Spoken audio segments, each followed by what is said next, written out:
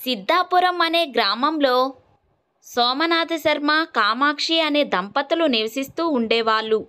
సోమనాథ శర్మ అదే ఊరిలో వైద్యంతో పాటు పౌరోహిత్యం కూడా చేసేవాడు. సోమనాథ శర్మ ఎటువంటి రోగాన్నైనా ఇట్టే మాయం చేసేవాడు. ఆ విషయం ఆ చుట్టుపక్కల ఉన్న గ్రామంలో అందరికీ తెలుసు.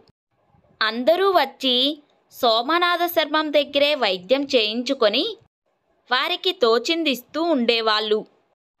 అలా ఒకరోజు, కామాక్షి, నేను వైద్యం కోసమని మూలికలు తేవడానికి పక్క ఊరు గూడానికి వెళ్తున్నాను. పక్క ఊరు గూడానికి వెళ్ళాలి అంటే అడవి దాటుకొని వెళ్ళాలి. ఇప్పుడు పొద్దుపోతుంది. ఇప్పటికి బయలుదేరితే ఎప్పటికి వెళ్తారు? రేపు వెళ్ళొచ్చు కదా. ఈ రోజు వెళ్ళకపోతే రేపు వైద్యం చేసేందుకు ఎటువంటి వనమూలికలు ఉండవు. అందుకే నేను ఇప్పుడే బయలుదేరి వెళ్ళాలి అడవికి. సరే అయితే జాగ్రత్తగా వెళ్ళిరండి అని అక్కడి నుండి సోమనాథ శర్మ వనమూలికలు తేవడానికి పక్క గూడానికి బయలుదేరతాడు. అలా వెళ్తూ అడవి దగ్గరికి చేరుకుంటాడు. ఇంతలో చీకటి పడడంతో, ఇంత చీకటిలో అడవి ప్రయాణం అంత మంచిది కాదు. కానీ ఇంకొక అడుగు ముందుకు వేయడానికి కూడా నా ఒంటిలో శక్తి లేదు. ఎక్కడైనా సేద తీరుదామంటే ఇటుపక్క నుండి ఎటువంటి జంతువు వస్తుందో అని భయమేస్తుంది. ఇప్పుడు ఏం చెయ్యాలి? కామాక్షి మాట విని రేపు బయలుదేరవలసింది. అలా ఏం చెయ్యాలా అని ఆలోచిస్తూ ఉంటాడు. ఇంతలో సోమనాథ శర్మంకి ఒక దీపం వెలుగు కనిపిస్తుంది. అక్కడ ఏదో దీపం వెలుగు కనిపిస్తుంది. బహుశా అక్కడ ఎవరో మనుషులు ఉండి ఉంటారు. వాళ్ళ దగ్గరికి వెళ్ళి సహాయం అడుగుతాను. అలా దీపం వెలుగు కనిపిస్తున్న చోటుకి వెళతాడు. అమ్మా, ఇంట్లో ఎవరైనా ఉన్నారా? ఇంతలో ఆ ఇంటి నుండి ఒక ముసలావిడ బయటికి వస్తుంది. ఎవరు నాయనా? ఏమి కావాలి? ఇంత అర్ధరాత్రి వేళ ఒక్కడివే వచ్చావు? ఏ ఊరు మీది? నా పేరు సోమనాథ శర్మ. నాది పక్క ఊరైన సిద్ధాపురం. నేను వైద్యం చేయడానికి వనమూలికల కోసం పక్క గూడానికి వెళ్తున్నాను. అడవి దగ్గరికి వచ్చేసరికి చీకటి పడింది. చీకటిలో అడవి ప్రయాణం మంచిది కాదని ఎక్కడైనా విశ్రాంతి తీసుకోవాలని అనుకున్నాను. కానీ ఎక్కడి నుండి ఎటువంటి జంతువు వస్తుందో అని భయం వేసింది. అందుకు కాస్త మీరు కొంచెం నాకు అనుమతి ఇస్తే ఇక్కడ ఈ రోజు రాత్రి విశ్రాంతి తీసుకొని తెల్లవారుజామునే వెళ్ళిపోతాను. దానిదేముంది నాయనా, అలాగే విశ్రాంతి తీసుకొని ఉదయాన్నే వెళ్ళుదురుగానేలే. ఏమైనా తిన్నారా? నేను ఉదయం ఇంటి దగ్గర నుండి వచ్చేటప్పుడు అటుకులు తెచ్చుకున్నాను. అవి తింటాను. ఆ అటుకులేం సరిపోతాయి నాయనా, నా మనవరాలు చక్కగా వండి పెడుతుంది. భోజనం చేద్దురు కాని లోపలికి రండి. అయ్యో, మరేం పర్వాలేదమ్మా, నేను వీటితోనే కడుపు నింపుకుంటాను. మీకెందుకు శ్రమ? శ్రమేముంది నాయనా, మేం తిన్న దాంట్లోనే మీకు కొంచెం పెడతాం. మీరేం ఆలోచించకుండా లోపలికి రండి. సోమనాథ శర్మ లోపలికి వెళ్తాడు. ఇదిగో నాయనా, ఇదే నా మనవరాలు సుగుణ. నమస్కారం అండి. అమ్మా సుగుణ, ఈయన ఎక్కడి నుండో ప్రయాణం చేసి వచ్చారు. కొంచెం భోజనం వడ్డించమ్మా. సరే బామ్మా. సుగుణ సోమనాథ శర్మకి భోజనం వడ్డిస్తుంది. సోమనాథ శర్మ అక్కడే భోజనం ముగించుకొని పక్కనే ఉన్న అరుగు మీద కూర్చొని సుగుణతో, చాలా బాగా చేసావమ్మా వంటలు. కడుపు నిండా పెట్టావు. చాలా బాగా చేస్తుంది నాయనా వంటలు. అన్ని పనులు చక్కగా చేస్తుంది. కానీ భగవంతుడు దానికి ఒకటే లోపం పెట్టాడు. ఏమిటమ్మా? ఏముంది నాయనా, తను చిన్నప్పుడే తన తల్లిదండ్రుల్ని దేవుడు తీసుకెళ్ళిపోయాడు. అప్పటి నుండి ఈ పిల్ల నా దగ్గరే పెరిగింది. నాకేదన్నా అయితే ఈ పిల్ల ఒంటరైపోతుంది. ఈ పిల్లని పట్టించుకునేవారే లేరు. అదే నా బాధ. దీన్ని ఒక ఈ చేతిలో పెడితే నా బాధ్యత తీరిపోతుంది. కానీ నేను అనుకుంటే ఏం లాభం? ఆ భగవంతుడు కూడా కరుణించాలి. దిగులు పడకండమ్మా, ఆ భగవంతుడు ఎటువంటి వారికైనా అన్యాయం చెయ్యడు. మీ మనవరాలకు కూడా మంచివాడే దొరుకుతాడు. కంగారు పడకండి. సరే నాయనా, చాలా పొద్దుపోయింది, మీరు పడుకోండి. పొద్దుటి నుండి నడక నడిచి నడిచి అలిసిపోయి ఉంటారు. సోమనాథ శర్మ విశ్రాంతి తీసుకుంటాడు. మరుసటి రోజు ఉదయాన్నే సోమనాథ శర్మ లేచి చూసేసరికి అవ్వ సుగుణ ఇద్దరూ ఇంట్లో కనిపించరు. అయ్యో, ఎక్కడికి వెళ్ళారు వీళ్ళు? సర్లే, వెళ్ళేటప్పుడు ఈ దారిలోనే వెళ్ళాలి కదా, వెళ్ళేటప్పుడు కలుస్తా అని అనుకుంటూ సోమనాథ శర్మ అక్కడి నుండి బయలుదేరి వెళ్ళిపోతాడు. కొంతసేపటికి తనకి కావలసిన వనమూలికలు తీసుకొని మళ్ళీ తిరిగి అదే దారిన వస్తాడు. అలా గుడిసె దగ్గరికి చేరుకునేసరికి సాయంత్రం అవుతుంది. అవ్వను కలిసి, అమ్మా, నేను ఉదయం లేచేసరికి మీరు మీ మనవరాలు ఇద్దరూ కనిపించలేదు. చెప్పి వెళదాం అనుకొని మళ్ళీ తిరిగి వెళ్ళే దారిలో చెప్దాంలే అనుకొని ఇప్పుడు వచ్చానమ్మా. పొద్దుటే కట్టెలు కొట్టడానికి అడవికి వెళ్ళాము నాయనా. అవి తెచ్చుకొని అమ్ముకోవాలి. అందుకనే పొద్దుటే వెళ్ళాము. కలిసినందుకు చాలా సంతోషం. సరే అమ్మా, నేను బయలుదేరుతాను. మీరు మీ మనవరాలు గురించి ఏమీ బెంగ పెట్టుకోకండి. నేను వైద్యంతో పాటు పౌరహితం కూడా చేస్తాను. ఏదైనా మంచి సంబంధం ఉంటే చెప్పి పంపిస్తాను. ఇదిగో, ఇది ఉంచండమ్మా. ఏమిటి నాయనా ఇది?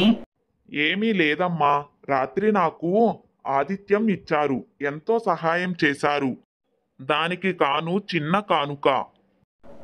చూడు నాయనా, దీన్ని కూడా సహాయం అంటారా? ఏదో మాకు దోచింది చేశాము అంతే. మీరు క్షేమంగా వెళ్ళిరండి. సరే అమ్మా, నేను బయలుదేరుతాను. మళ్ళీ మిమ్మల్ని కలుస్తాను. సోమనాథ శర్మ అక్కడి నుండి బయలుదేరి ఇంటికి చేరుకుంటాడు. అలా కొన్ని రోజులు గడుస్తాయి. ఆ ఊర్లోనే ఒక పెద్ద భూపతి భూస్వామి ఉండేవాడు. అతని కొడుకు పేరు శేఖరం. ఒక్కగాని ఒక్క కొడుకు కావడంతో చాలా గారాబంగా పెంచుతాడు. శేఖరం ఏ పని చెయ్యకుండా తన స్నేహితులతో జులాయిగా తిరుగుతూ ఉండేవాడు. ఒకరోజు, ఏరా శేఖర్, ఏం చేస్తున్నావు? అలా ఖాళీగా నీ స్నేహితులతో తిరిగే బదులు మన వ్యాపారాలు చూసుకోవచ్చు కదా. అలా ఎన్ని రోజులు బాధ్యతలు తీసుకోకుండా ఉంటావు? నాకా వయసు అయిపోతుంది. నా తర్వాత ఉండేది నువ్వే కదా. ఇప్పటి నుండే వ్యాపారాలు అమర్చుకుంటేనే రేపన్ననాడు సొంతంగా వ్యాపారాలు చేయగలుగుతావు. నాతో పాటు వచ్చి భూమిలో ధాన్యం బస్తాలు అన్ని దగ్గరుండి చూసుకో. నేను ఒక్కడినే చూసుకోలేను. రేపు పొద్దున్నే నాతో పాటు నువ్వు రావాలి. నాన్నా, అస్తమానం వ్యాపారం వ్యాపారం అంటారు ఏమిటి? తర్వాత చూద్దాంలే. ఇప్పుడు నేను నా స్నేహితులతో బయటికి వెళ్ళాలి. మరి ఎప్పుడైనా వస్తానులే. ఇలా రోజులు గడుస్తూ ఉంటాయి. భూపతిరావు కొడుకులో మార్పు ఎలా వస్తుందా అని ఆలోచిస్తూ తనలో తాను ఇలా అనుకుంటాడు. వీడికి పెళ్లి చేస్తే వాడే సరవుతాడు.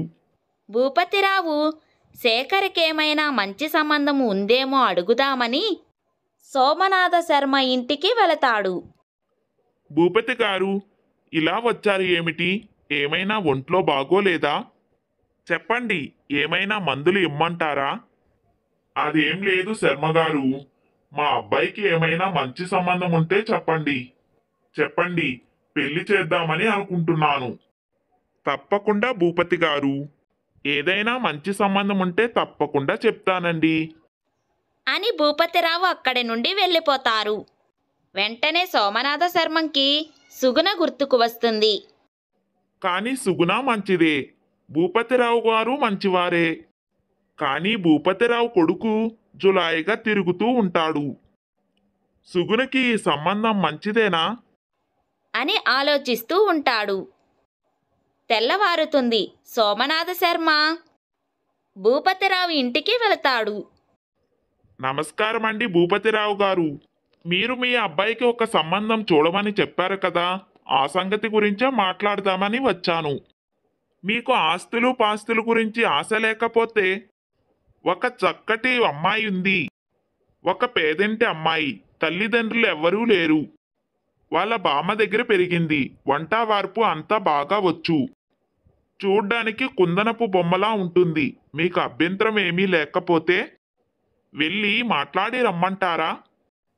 మీరు అంతలా చెప్తున్నారంటే అమ్మాయి చాలా లక్షణంగా ఉండి ఉంటుంది. నాకు ఎటువంటి అభ్యంతరము లేదు. వెళ్ళి మాట్లాడు రండి. అన్నీ సవ్యంగా జరిగితే వివాహం జరిపించేద్దాం. ఏమంటావు శర్మగారు? సరేనండి, ఇప్పుడే వెళ్ళి ఆ విషయం కనుక్కొని వస్తాను. వాళ్ళకి ఎటువంటి అభ్యంతరం లేకపోతే ఇక మనం ముందుకు వెళ్ళవచ్చు. సరే అండి, నేను వెళ్ళి వస్తాను భూపతిరావు గారు. సోమనాథ శర్మ అవ్వ దగ్గరికి బయలుదేరుతాడు. అలా కొంతసేపటికి ఇంటి దగ్గరికి చేరుకుంటాడు. నాయనా బాగున్నారా? చాలా రోజులకు కనిపించారు. మళ్ళీ ఇలా వచ్చారే? మందులు ఏమైనా తీసుకొని వెళ్ళడానికి వచ్చారా? లేదమ్మా, మీ మనవరాలికి ఒక మంచి సంబంధం వచ్చింది.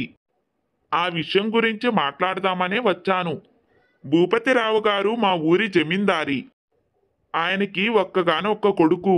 అతనికి సంబంధం చూడమని చెప్పారు. వెంటనే మీ మనవరాలు గుర్తుకు వచ్చింది. ఆ విషయం గురించి మాట్లాడదామని మీ దగ్గరికి వచ్చాను. మీకు ఎటువంటి అభ్యంతరం లేకపోతే విషయాలు చెప్తాను. ఏమంటారమ్మా? మంచి సంబంధం అంటున్నావు. అంతకన్నా నాకేం కావాలి? నా మనవరాళ్ళు కూడా ఒక మాట అడుగుతాను. ఆ అబ్బాయి ఏం చేస్తాడు? అవ్వా, ఉన్న మాట చెప్పేస్తున్నాను. ఆస్తిపాస్తులు ఉంటే అబ్బాయిలు తెలిసిందేగా. అబ్బాయి జులాయిగా తిరుగుతాడు. తండ్రి అంటావా చాలా మంచివాడు. అబ్బాయిని మార్చుకుంటే అబ్బాయి మంచివాడే. మీ మనవరాలు ఆ అబ్బాయిని మార్చుకుంటాదని నమ్మకంతో ఇక్కడ దాకా వచ్చాను. ఆ అబ్బాయిని గనక మార్చుకుంటే మీ మనవరాలు చాలా అదృష్టవంతురాలు అవుతుంది. ఏమంటారమ్మా? నా మనవరాళ్ళు కూడా అడుగు నాయనా. నా మనవరాలు అభ్యంతరం లేకపోతే నాకు కూడా ఏమీ అభ్యంతరం లేదు. శర్మ గారు అంతలా చెప్తున్నారంటే మంచివారు అయ్యుంటారు. నాకు ఎటువంటి అభ్యంతరమూ లేదు. నాకు శర్మ గారి మీద నమ్మకం ఉంది. మీ ఇష్టమే నా ఇష్టం. శుభం. అమ్మా, నేనింకా బయలుదేరుతాను. ఇక మళ్ళీ పెళ్లి రోజునే కలుద్దాం. సోమనాథ శర్మ అక్కడ నుండి బయలుదేరి వెళ్ళిపోతాడు. భూపతి ఇంటికి చేరుకొని విషయమంతా చెప్తాడు. భూపతిరావు ఒప్పుకొని ఇద్దరికీ కొన్ని రోజులకి ఎంతో ఘనంగా పెళ్లి చేస్తాడు. సుగుణ అత్తవారింటికి వస్తుంది. అలా కొన్ని రోజులు జీవితం ఎంతో సంతోషంగా గడిచిపోతుంది. కానీ రాను రాను భర్తలో మార్పును చూసి, ఏమిటీనా ఇలా ఉంటున్నారు? ఏ పనికి వెళ్ళటం లేదు ఏమిటి అని మనసులో అనుకుంటూ ఉండేది. శేఖరం ఎప్పుడూ స్నేహితులతో తిరుగుతూ ఉండేవాడే తప్ప మరో పని చేసేవాడు కాదు. కానీ శేఖర్ ఏ పని పట్టించుకోకుండా ఎందుకిలా తిరుగుతున్నాడో సుగుణకి ఏమాత్రం అర్థం కాలేదు. ఒకరోజు సుగుణ భర్తతో, ఏవండి, స్నేహితులతో ఇలా తిరక్కపోతే మీ నాన్నగారితో వెళ్ళి ఏదో ఒక సహాయం చెయ్యొచ్చు కదండి. మామయ్య గారు అన్ని పనులు ఒక్కరే చూసుకుంటున్నారు. ఆయన వయసు పెద్దదైపోయింది. కాస్త ఆయనకు సహాయంగా ఉంటే ఆయనకు తోడుగా ఉన్నట్టు ఉంటారు. ఆయన తర్వాత ఇక మీరే కదా అంతా చూసుకోవాలి. కొంచెం వెళ్ళండి. చెప్పావులే, నువ్వు నాకు సలహాలు ఇస్తున్నావా? నీ పనేదో నువ్వు చూసుకో. నాకేం చెయ్యాలో నాకు తెలుసు. ఇంకెప్పుడు ఇటువంటి సలహాలు ఇవ్వకు. వెళ్ళు లోపలికి. అలా రోజులు గడుస్తూ ఉంటాయి.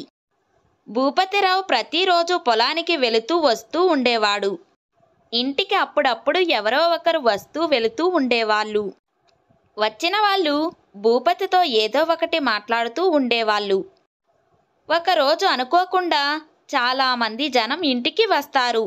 వాళ్ళతో భూపతిరావు కంగారు పడుతూ ఏదో మాట్లాడుతూ ఉంటారు.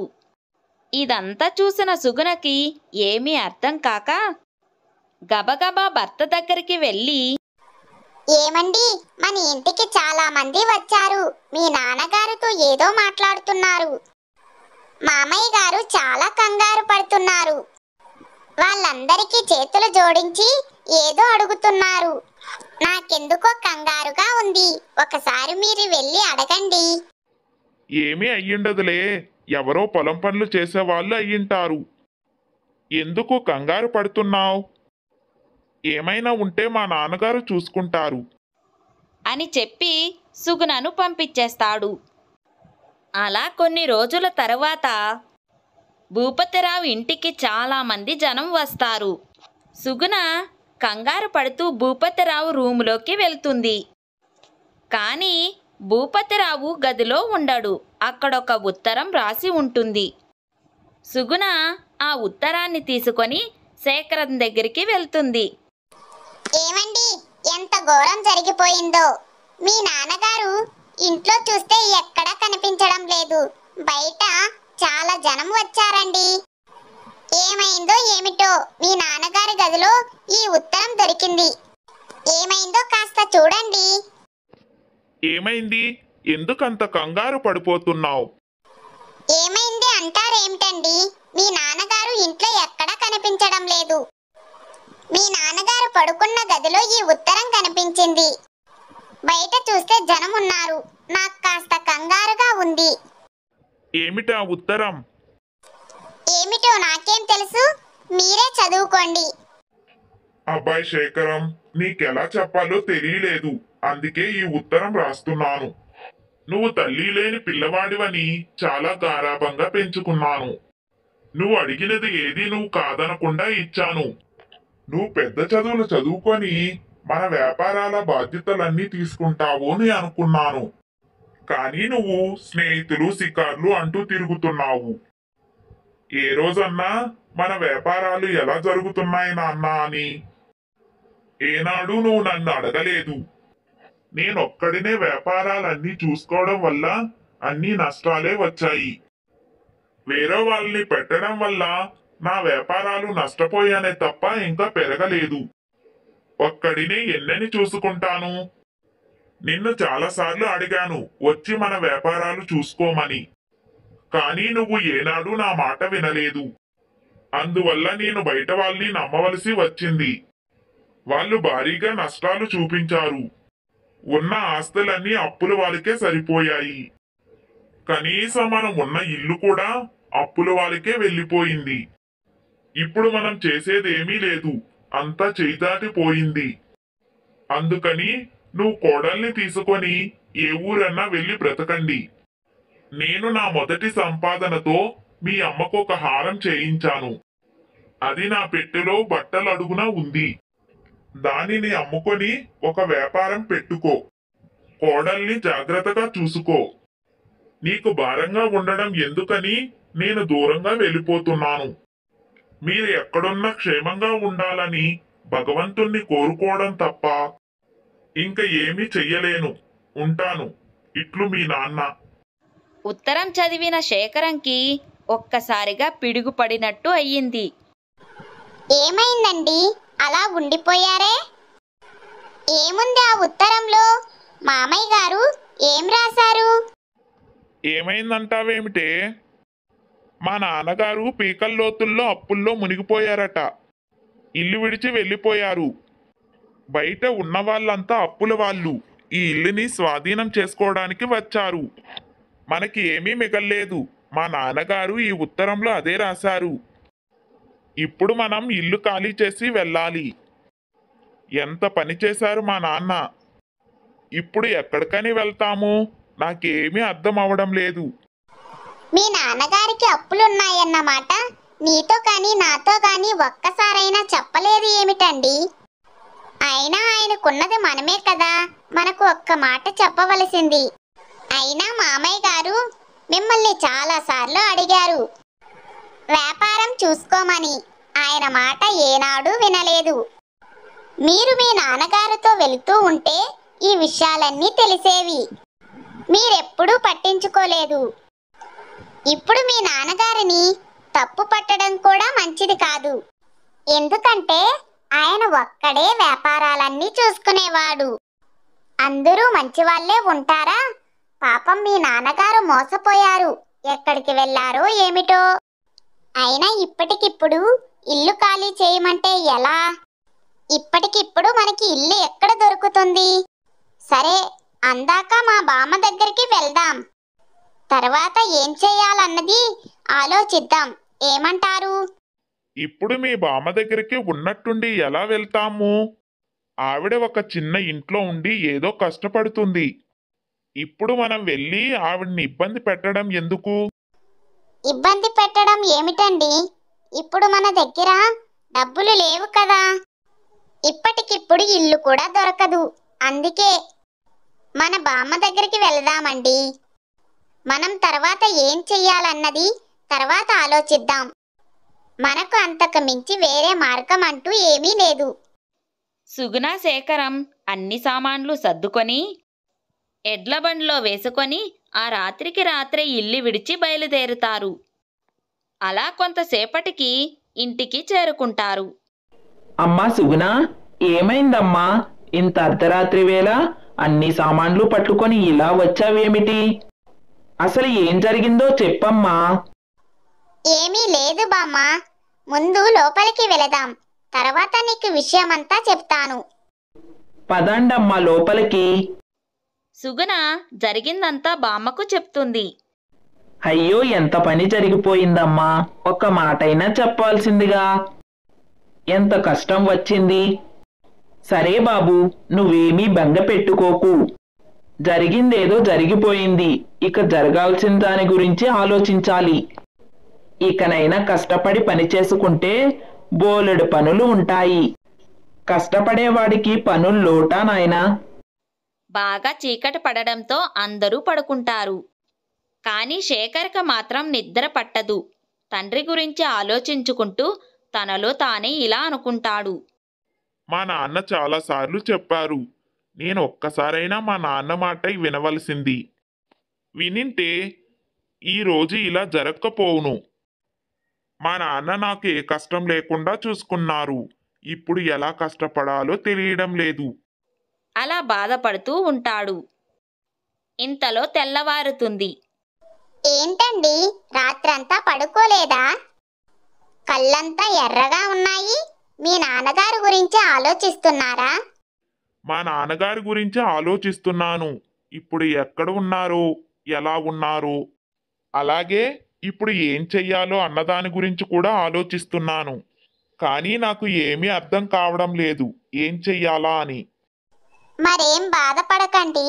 మీ నాన్నగారు ఎక్కడ ఉన్నా మీరు బాగుండాలనే అనుకుంటారు.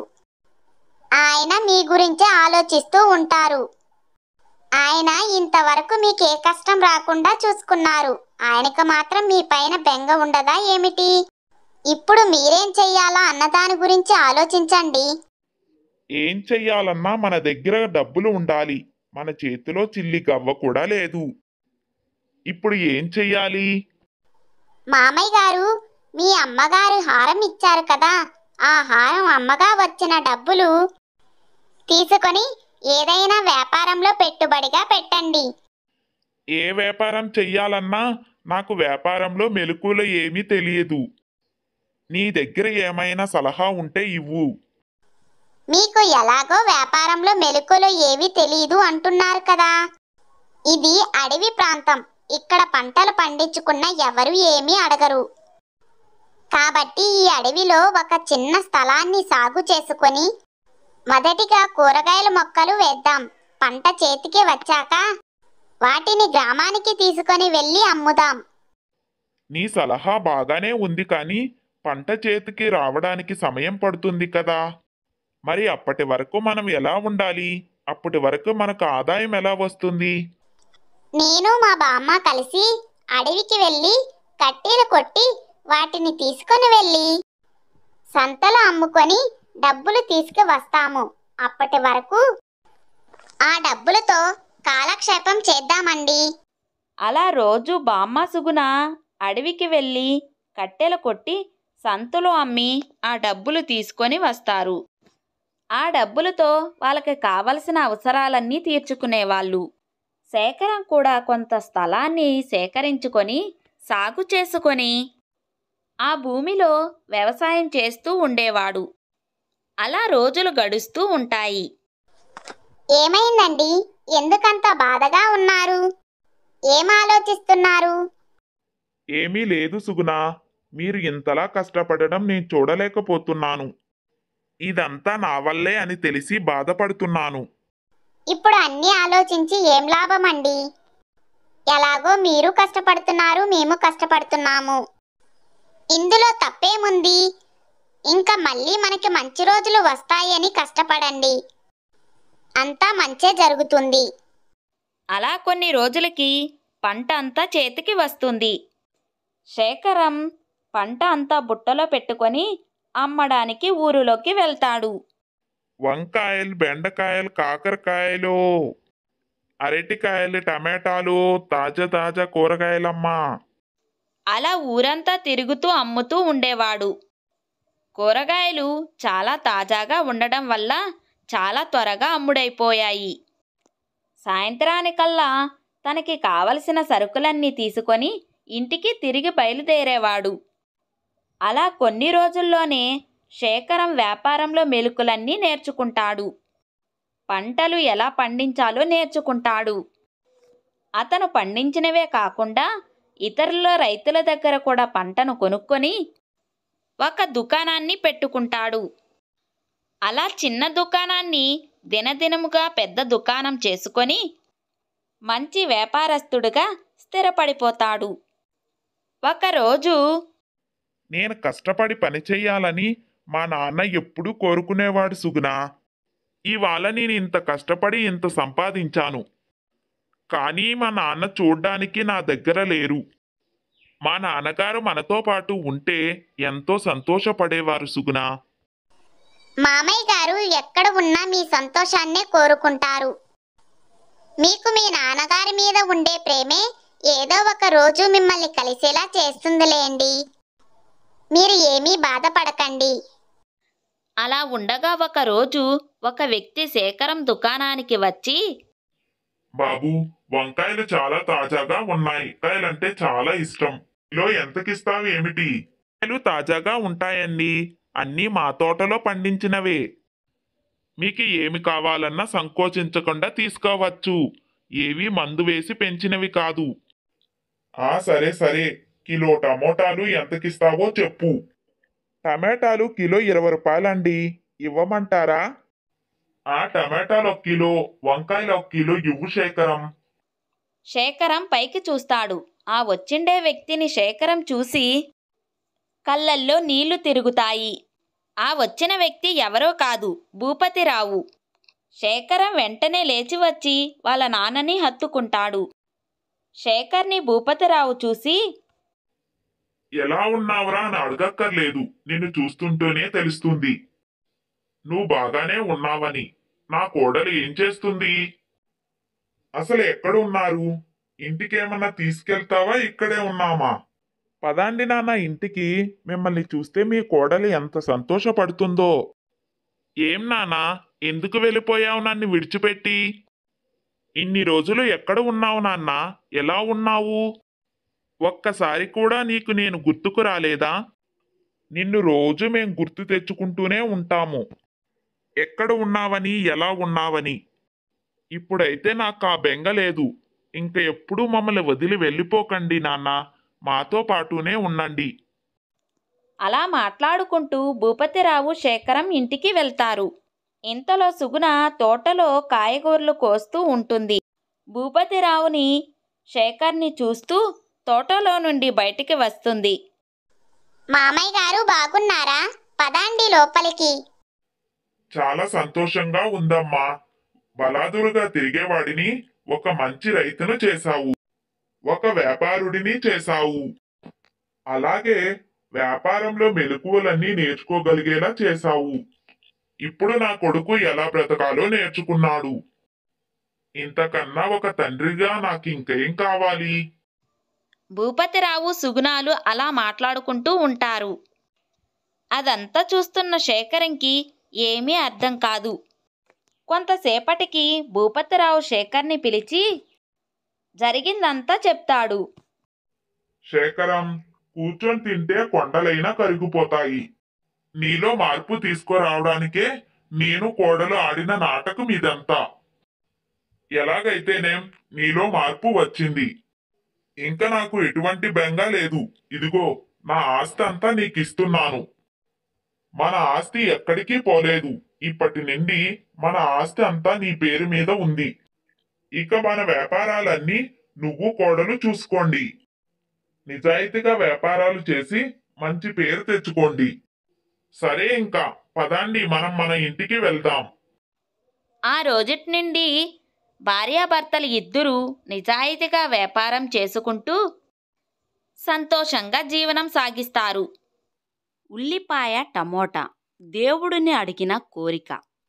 ఒక చిన్న గ్రామంలో ఉల్లిపాయ మరియు టమోటా అనే ఇద్దరు మంచి స్నేహితులు ఉండేవాళ్ళు. ఎక్కడికైనా కలిసి వెళ్ళడం, కలిసి మాట్లాడుకోవడం, కలిసి సంతోషించడం, అలా కలిసికట్టుగా జీవించేవాళ్ళు.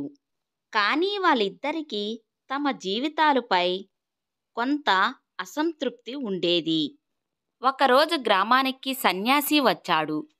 అప్పుడు ఆ సన్యాసి దగ్గరికి ఉల్లిపాయ టమోటా వెళ్ళి తమ బాధను ఇలా చెప్పుకున్నారు. మొదటిగా ఉల్లిపాయ ఇలా చెప్పింది. నన్ను ఎవరు తిన్నా కన్నీరు కారుస్తారు. నా జీవితానికి ఇదేనా అర్థం? అని అంటాడు. తర్వాత టమోటా కూడా ఇలా చెప్పుకుంది. నేను అందంగా ఉంటాను, కానీ కొన్ని రోజులకే మృదువైపోయి చెడిపోతాను. నా జీవితం ఎప్పుడూ ఇలానే ఉంటుందా? చెప్పండి స్వామి. అని ఇద్దరూ అడుగుతారు. అప్పుడు ఆ సన్యాసి ఇలా అంటాడు. ఈ కొండ మీద ఒక దేవాలయం ఉంది. అక్కడికి వెళ్ళి మీ కోరికలను అడిగితే దేవుడు మీకు సమాధానం ఇస్తాడు. అని చెప్పి అక్కడి నుండి వెళ్ళిపోతాడు. వెంటనే ఉల్లిపాయ టమోటా కొండెక్కడం మొదలుపెట్టారు. ఆ మార్గంలో ఎన్నో ఆటంకాలు ఎదురయ్యాయి. వర్షం, ఎండ, గాలులు వారిని వెనక్కి నెట్టేయాలని ప్రయత్నించాయి.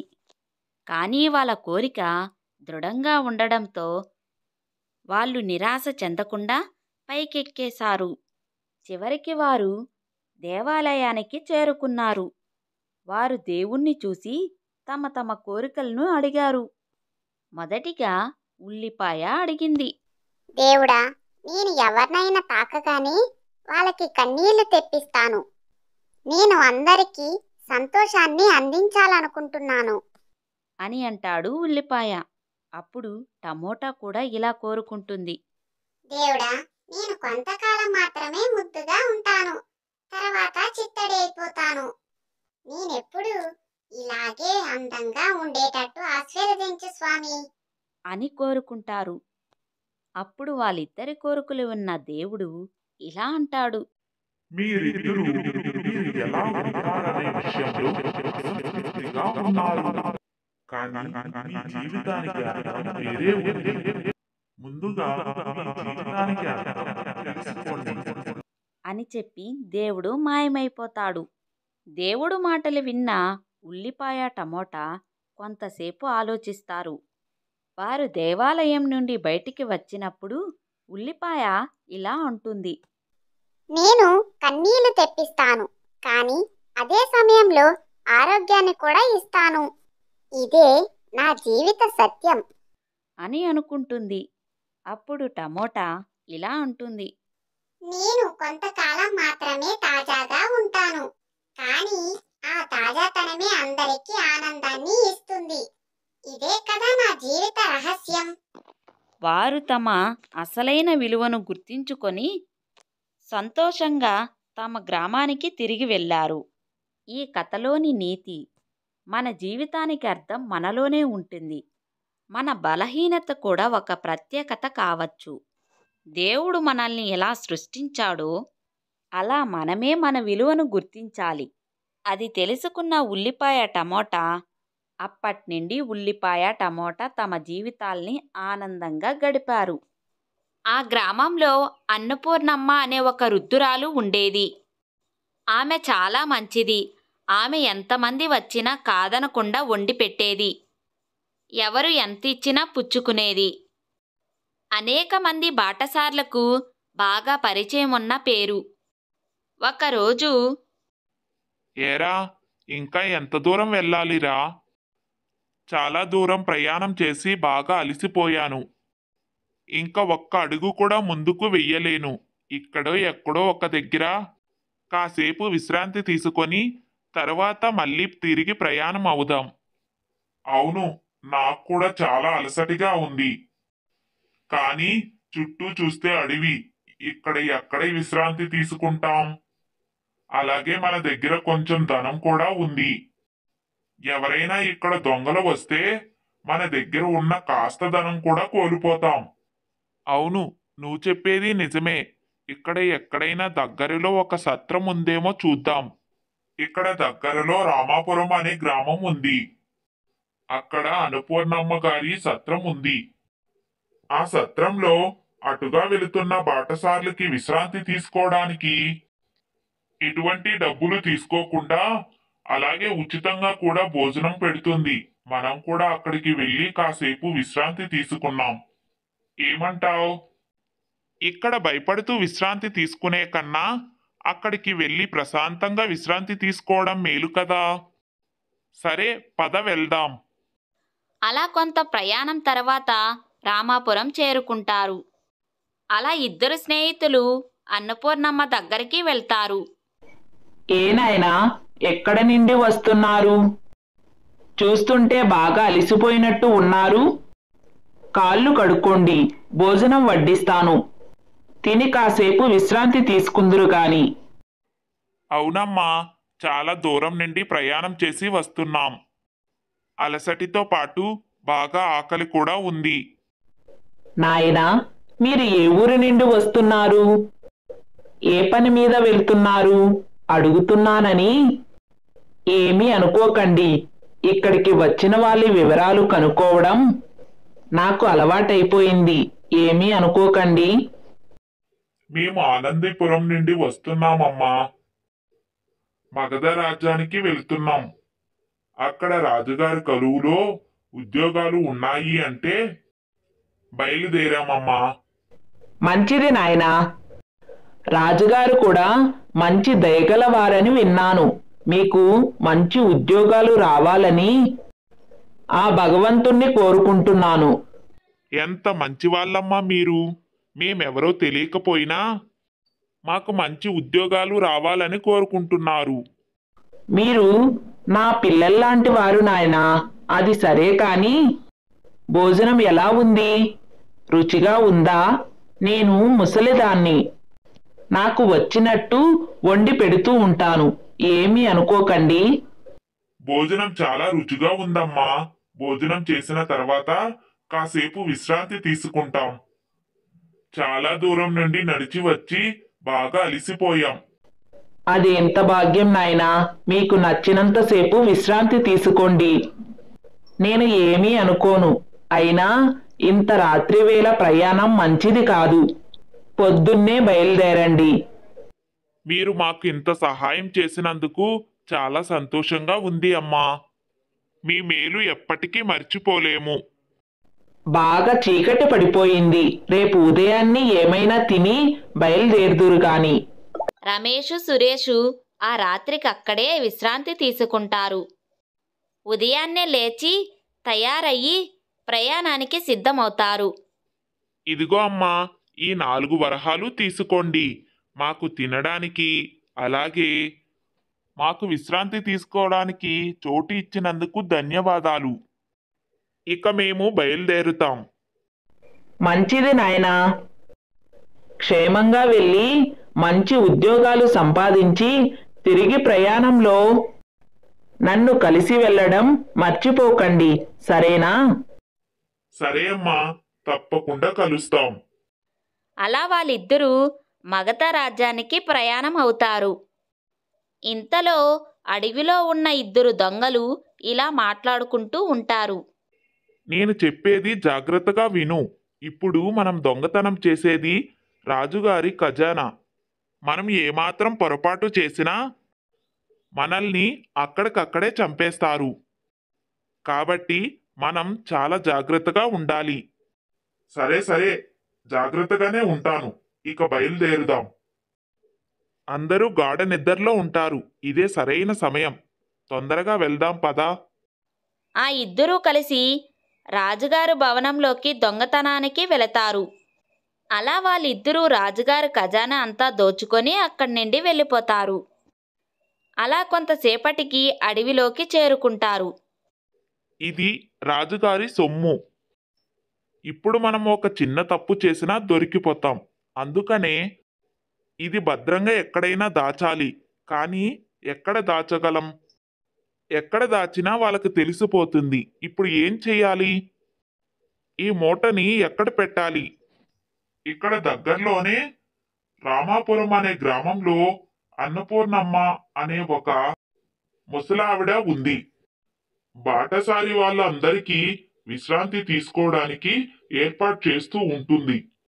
మనం ఏమీ తెలియనట్టు అక్కడే ఉన్నాం. ఇక్కడే ఉంటే ఎవరికైనా అనుమానం వస్తుంది. వెంటనే అక్కడికి వెళ్ళిపోదాం. అలా అనుకొని ఆ ఇద్దరు దొంగలు అన్నపూర్ణమ్మ సత్రానికి వెళతారు. ఎవరునైనా మీరు ఏ ఊరి నుండి వస్తున్నారు అడుగుతున్నానని ఏమీ అనుకోకండి. ఇక్కడికి వచ్చిన వాళ్ళందరి వివరాలు కనుక్కోవడం నాకు అలవాటైపోయింది. అమ్మా, మేమింత అర్ధరాత్రి వచ్చామని ఏమీ అనుకోకండి. నా స్నేహితుడికి ఉన్నట్టుండి బాగా జ్వరంగా ఉంది.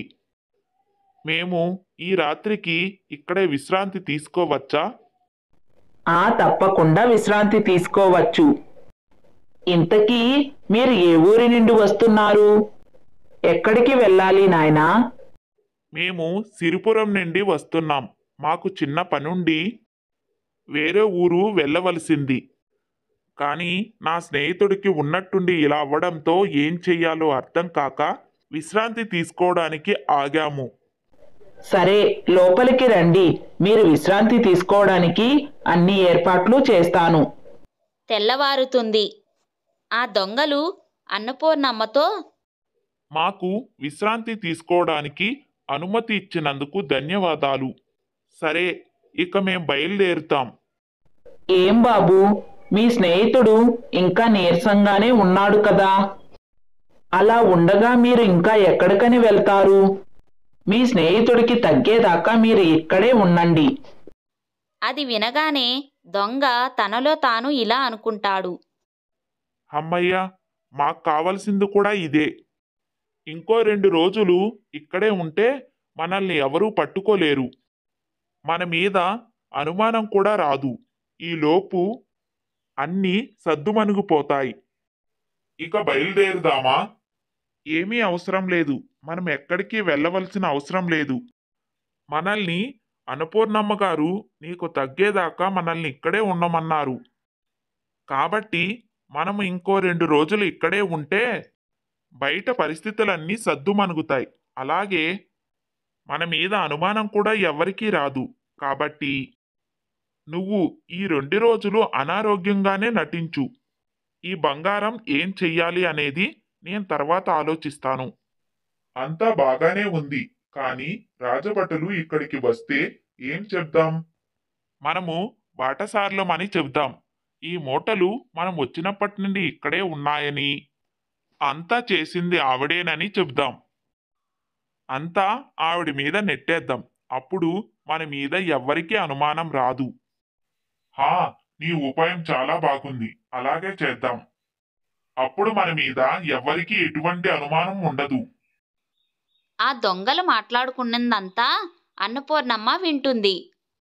ఓరి దొంగ వెధవల్లారా, దొంగతనం చేసి వచ్చి నేను చేసిన ఆతిథ్యమంతా స్వీకరించి చివరికి నా మీద నింద వేద్దామనుకుంటున్నారా? ఆగండి, మీ పని చెప్తాను. కానీ అన్నపూర్ణమ్మకి ఏమీ తెలియనట్టు ఉంటూ వాళ్ళ దగ్గరికి వెళ్ళి, బాబు, సరుకులన్నీ నిండుకున్నాయి. మధ్యాహ్నం అన్నం వండడానికి ఏమీ లేవు. నేను ఇప్పుడే సంతకు వెళ్ళి కావలసిన సరుకులన్నీ తీసుకువస్తాను అని చెప్పి అన్నపూర్ణమ్మ రాజుగారి కోట దగ్గరకు వెళుతుంది. ఇంతలో అన్నపూర్ణమ్మకి మార్గం మధ్యలో రమేషు, సురేషు ఎదురవుతారు. అమ్మా, ఎందుకు ఇలా వస్తున్నారు? ఏమిటి అంత కంగారుగా ఉన్నారు? ఏమీ లేదు నాయనా. 2 దొంగ వెధవలు రాజుగారి ఖజానాని దొంగతనం చేసి నా ఇంట్లోనే బస చేస్తున్నారు. నాతో వాళ్ళు ఇద్దరు బాటసార్లని చెప్పి నన్నే మోసం చేద్దామని అనుకుంటున్నారు. ఇప్పుడే రాజుగారికి అంతా చెప్పి వాళ్ళ పని పడదామని వెళ్తున్నాను. మీరు ఇప్పుడు రాజుగారి దగ్గరికి వెళ్ళి ఈ విషయం చెప్పాలంటే చాలా ఆలస్యం అవుతుంది.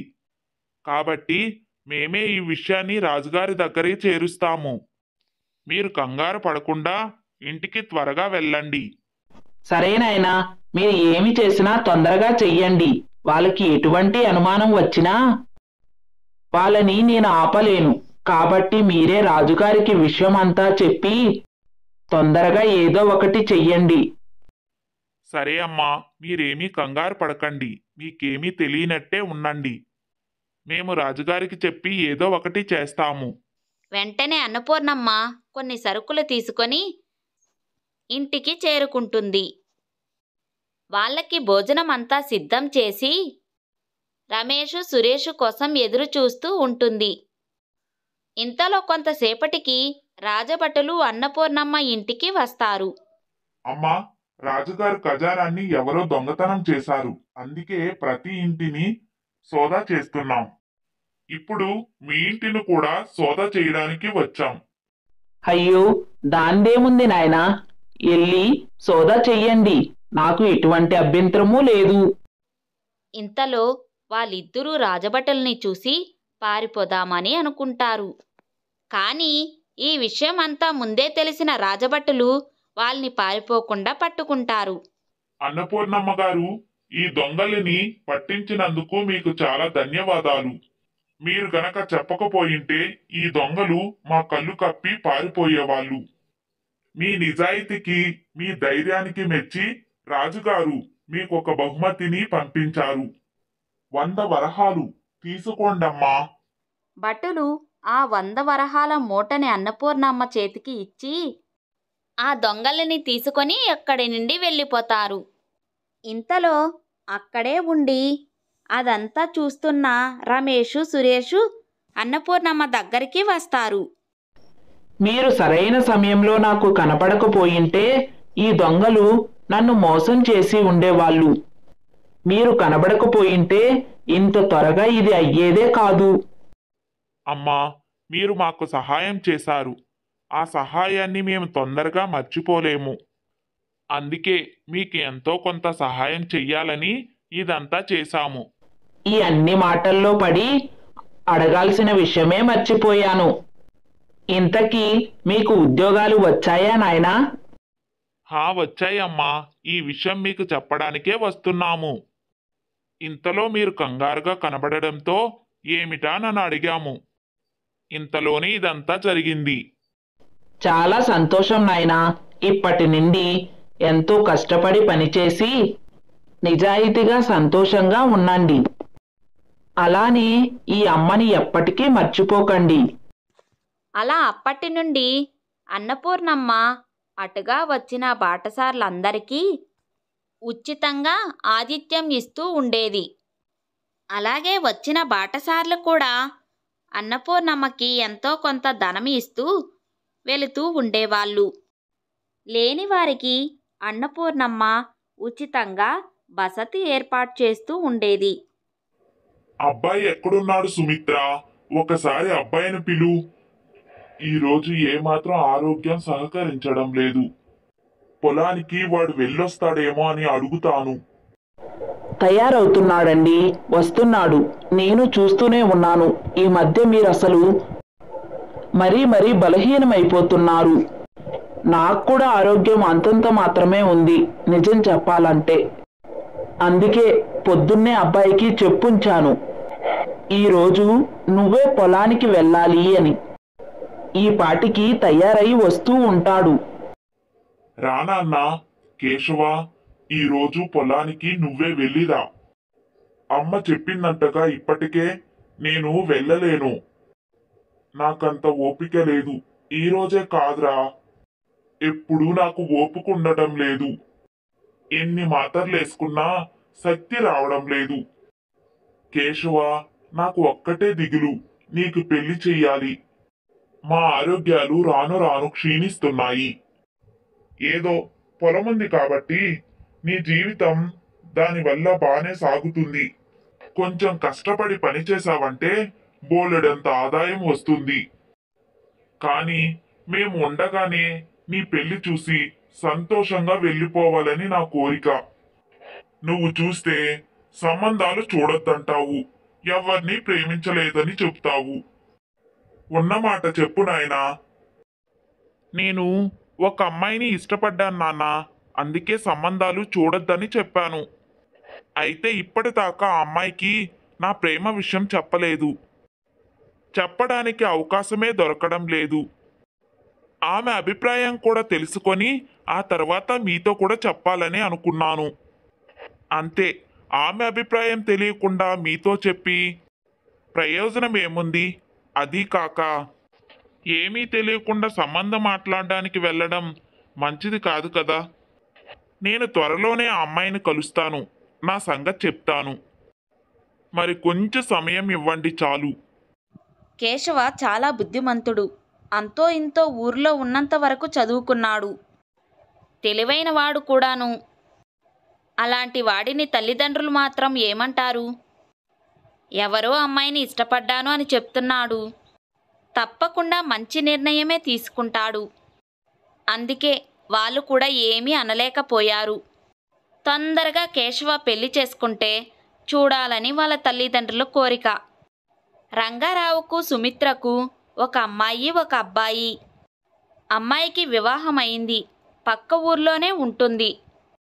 అమ్మాయి భర్త కిట్టయ్య కోపిష్టి మనిషి, మంచివాడే. అమ్మాయిని ఇష్టపడి మరీ పెళ్లి చేసుకున్నాడు. కానీ మనిషికి విపరీతమైన కోపం. తనతో ఏం మాట్లాడాలన్నా కష్టమే. తల్లిదండ్రులు ఇద్దరూ అల్లుడితో ఏమైనా చెప్పాలి, వివరించాలి అంటే కేశవనే ఆశ్రయిస్తారు. తనే కొంచెం సంయున్యంగా నిదానంగా చెప్పగలుగుతాడు. కిట్టయ్య కూడా బామర్దంటే కాస్తో కూస్తో అభిమానం ఉంది.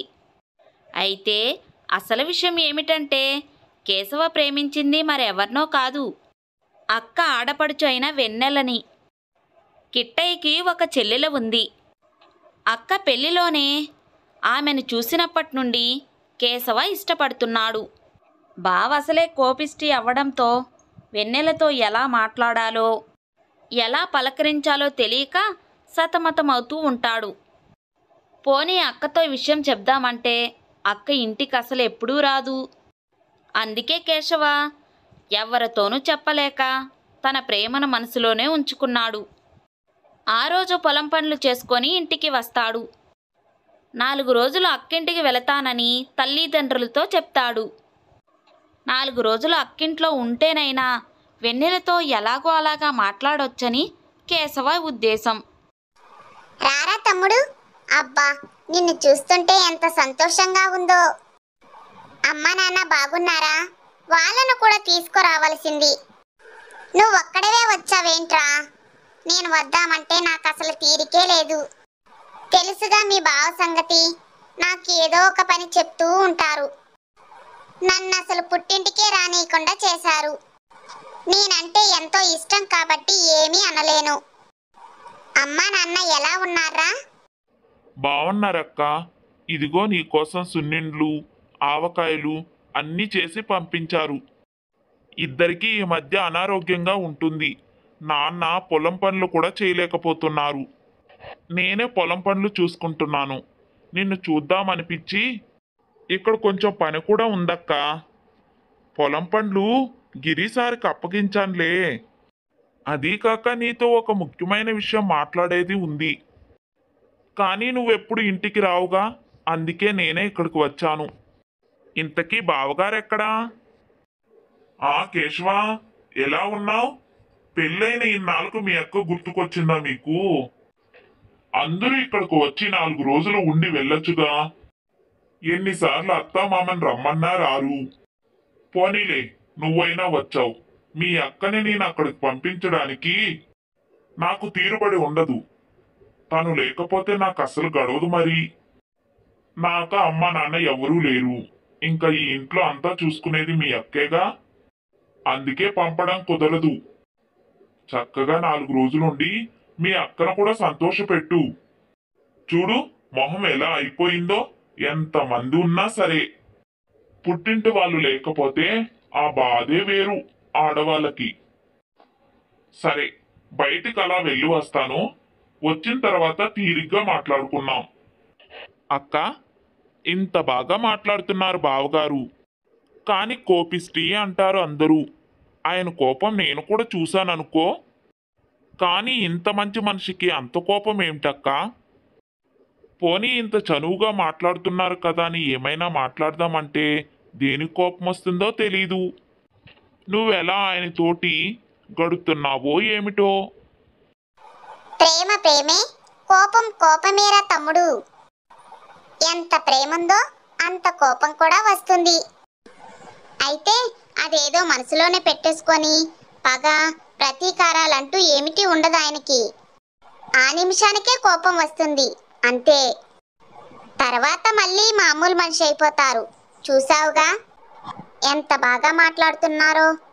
సరే కానీ ఏదో ముఖ్యమైన విషయం మాట్లాడాలి అని చెప్పావుగా. సరేరా, కాళ్ళు చేతులు కడుక్కొని భోజనం చేద్దువు కానీ. తర్వాత తీరిగ్గా మాట్లాడుకున్నాం. అలా తమ్ముణ్ణి లోపలికి తీసుకొని వెళ్ళింది వైశాలి. కుశల ప్రశ్నలు అయ్యేసరికి బావగారి ఇంటికి రానే వచ్చారు. కేశవ అసలు విషయం చెప్దామనేసరికి ఏదో ఒక అంతరాయం కలుగుతూనే ఉంది. పోనీ చనువు తీసుకొని వెన్నెలతో ఎలాగైనా మాట్లాడదామనుకుంటే వెన్నెల కూడా ఏదో ముక్తసరిగా మాట్లాడుతుందే తప్ప ఎప్పుడూ అంత చనువివ్వదు. పైగా బావగారు చూస్తే ఏమంటారో అన్న భయం కేశవకు. అలా ఉండగా కొంతమంది రావడంతో కిట్టయ్య వాళ్ళతో మాట్లాడుతూ ఉంటారు. మీరే చెప్పండి రాఘవయ్య గారు. మమ్మల్ని చిన్నప్పటి నుండి చూశారు. మా అమ్మ నాన్న చనిపోతే నన్ను నా చెల్లెల్ని పెంచి పెద్ద చేశారు. మీకన్నా మాకు పెద్ద దిక్కు మరెవరున్నారు?